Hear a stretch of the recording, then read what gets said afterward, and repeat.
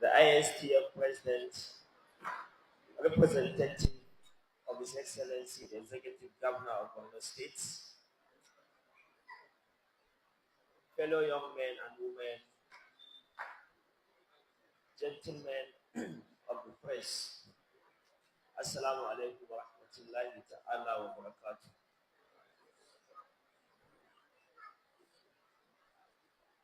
To be honest, I was not expecting to say anything, but nevertheless, as the key organizer whispered to me while I was sitting here, he stated categorically that I'm here wearing two caps.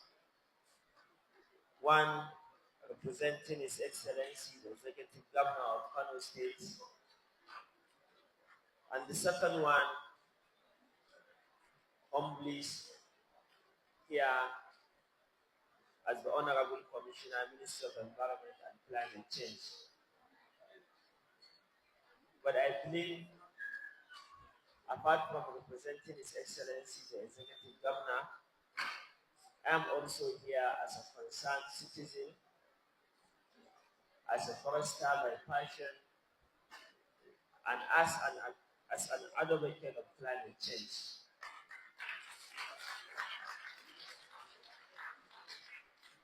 I am very much delighted to be here in your midst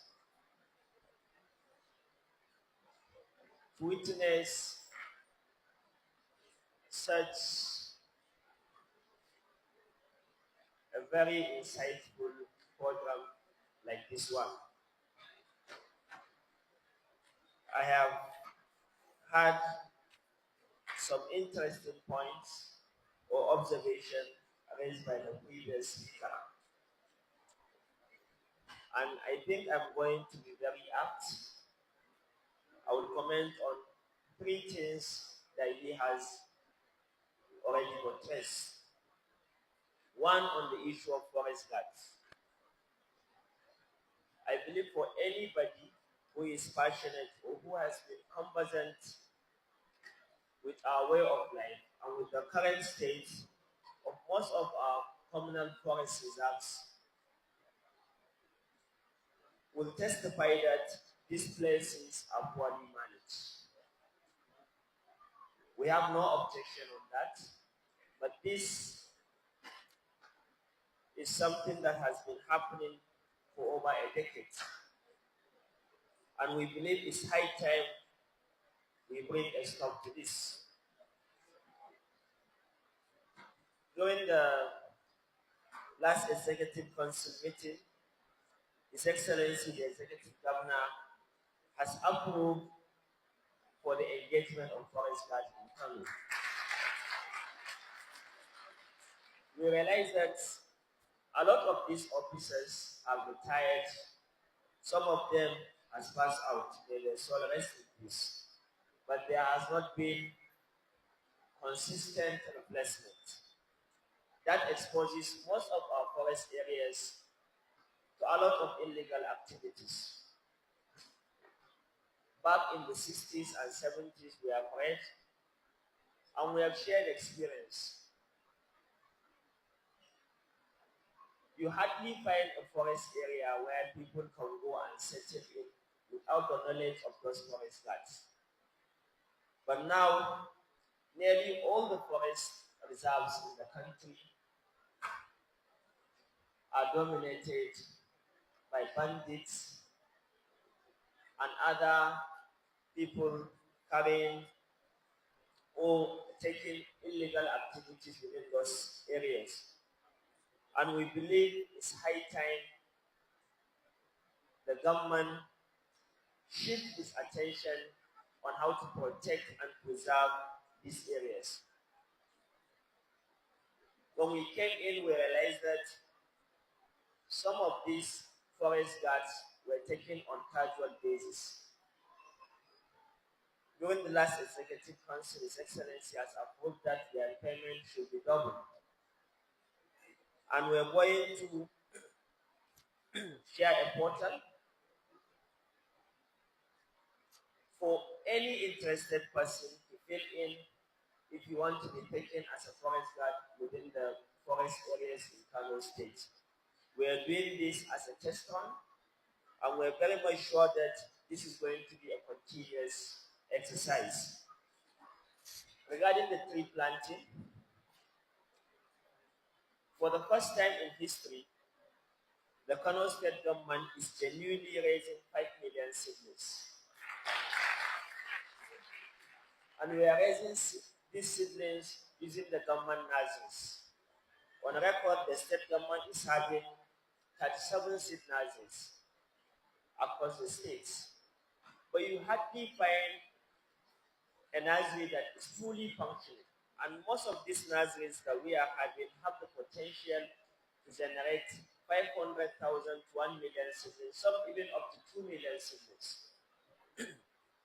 Last year, while I was serving as the state project coordinator for the Acquisition project, we have pushed for the renovation of some of these nurseries, where we renovated 2 nurseries, one in Kapintri and the other one in Maineka, in Gwarzo and Garko local government respectively.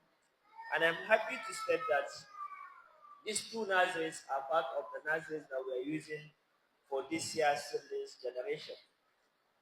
And we are going to make it a different one. As government, our role is to lead, but we are going to make sure that community-based organizations, non-governmental organizations, and individuals are at the forefront of this tree planting. At this point, I want to call on student union to also plan on how you can participate in this tree planting project. We have always said that the task to building a better society is a cumulative effort. The government cannot address these issues alone. We are appealing to you to come up with a plan to see how you can key into some of these initiatives. We are very much ready to, train our people on how to do this tree planting campaign. It's easy to plant a tree, but the most difficult part of it is to maintain it. We're going to ensure that we carry out capacity building in order to teach our team in youth on the pre-planting, intra-planting, and post-planting approach when it comes to tree planting. And the most important thing that we are giving more emphasis on is how we can restore some of the indigenous trees that we are having that are on the verge of extinction.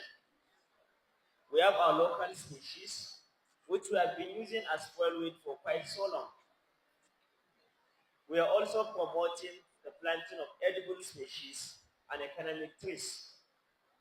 We are very much aware that people are struggling to have an alternative to fuelwood. But nevertheless, we are trying to bring in development partners to encourage local innovations on how we can bring an alternative to the use of fuelwood.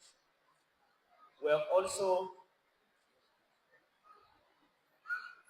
started the enforcement of the environmental pollution control law, and we are also reviewing the environmental law for the states to make sure that some of these indiscriminate activities are being checked out. The last point that I'm going to talk on is the issue of shelter belts. I'm happy one of these shelter belts has been cited as an example. At the same time, when I was serving as the Acquisition project coordinator, we have started the rehabilitation of some of the existing shelter belts that we are having in Kano. 2 of these that we have rehabilitated is the Embawa shelter belt in Makoda local government and in Sabangarin Ginsu, Bagoi local government. Embawa shelter belt is the biggest or is the largest shelter belt in the state, having 24 beds, each one with a length of 4 kilometers.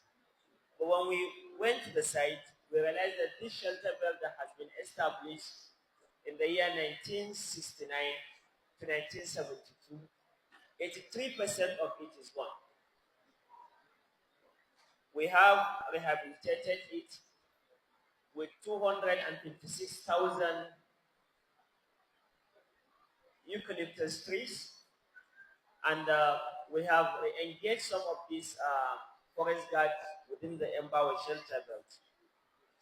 And we are also working to renovate the seed nurseries within the shelter belt, and possibly to see how we can move some of our extension officers to the site. Lastly, I want to call on each and every one of us that is here attending this productive program. We can all make a difference. It's easy to talk, it's easy to complain, but we should always ask ourselves that what are we doing at our own level to ensure that we are contributing to building a better and more resilient society. It can start with as simple as sensitizing people on the disadvantages of cutting down trees. Or it can start as simple as grouping up, coming up with a plan, reaching out to institutions like the State Ministry of Environment and Climate Change to take seedlings and plant in your neighborhood. It can start as simple as sensitizing, your community on the role of trees, or engaging them into doing businesses. But all I say is that, provided we want to have an ideal society we all aspire and of course deserve, we have to ensure that each and every one of us is contributing towards building that society we all dream of. Thank you, and I wish everyone safe journey back.